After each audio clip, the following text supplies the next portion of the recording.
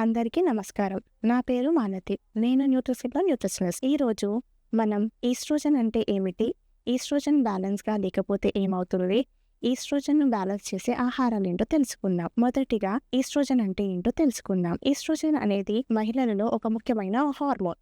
ఇది నెలసరి క్రమంగా రావడానికి, హార్మోనల్ స్టెబిలిటీ, గర్భధారణకు, ఎముకలు బలంగా ఉంచడానికి మరియు మూడ్ స్వింగ్స్‌ను బ్యాలెన్స్ చేయడానికి ఈస్ట్రోజన్ హార్మోన్ ఎంతో అవసరం. ఒకవేళ ఈ ఈస్ట్రోజన్ హార్మోన్ ఇంబ్యాలెన్స్‌గా ఉంటే ఏం జరుగుతుందో తెలుసుకుందాం. నెలసరి క్రమంగా రాకపోవడం, పీసీఓడీ, బరువు పెరగడం, మూడ్ స్వింగ్స్ మరియు గర్భధారణలో సమస్యలు రావచ్చు.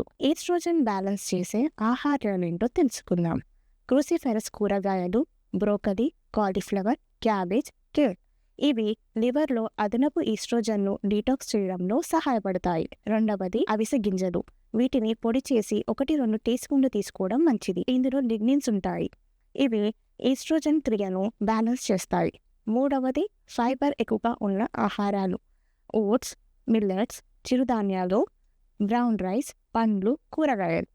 వీటిలోని ఫైబర్ అదనపు ఈస్ట్రోజన్ను ఎలిమినేట్ చేయడానికి తోడ్పడుతుంది. నాలుగవది ఫర్మెంటెడ్ ఫుడ్స్. పెరుగు, మజ్జిగ, ఫర్మెంటెడ్ కూరగాయలు. ఇవి గట్ హెల్త్ను మెరుగుపరుస్తాయి. దీనివల్ల ఈస్ట్రోజన్ మెటబాలిజం సరిగ్గా జరుగుతుంది. ఐదవది healthy fats. Nuts, seeds, olive oil, వేరుశనగ నూనె, కొబ్బరి. ఇవి హార్మోన్ తయారీకి మరియు బ్యాలెన్స్కి తోడ్పడతాయి. ఆరవది ప్లాంట్ ప్రోటీన్. పప్పులు, శనగలు, బీన్స్, టోఫు. ఇందులోని ఫైటో ఈస్ట్రోజన్ను బ్యాలెన్స్ చేస్తాయి. ఏడవది యాంటీ ఆక్సిడెంట్స్ ఎక్కువగా ఉన్న పండ్లు.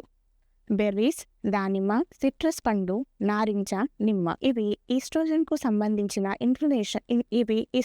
సంబంధించిన ఇన్ఫ్లమేషన్ను తగ్గిస్తాయి. ఎనిమిదవది omega 3 rich foods. Walnuts, chia seeds, flax seeds, fatty fish. ఇవి ఈస్ట్రోజన్ డామినెన్స్ లక్షణాలను తగ్గిస్తాయి.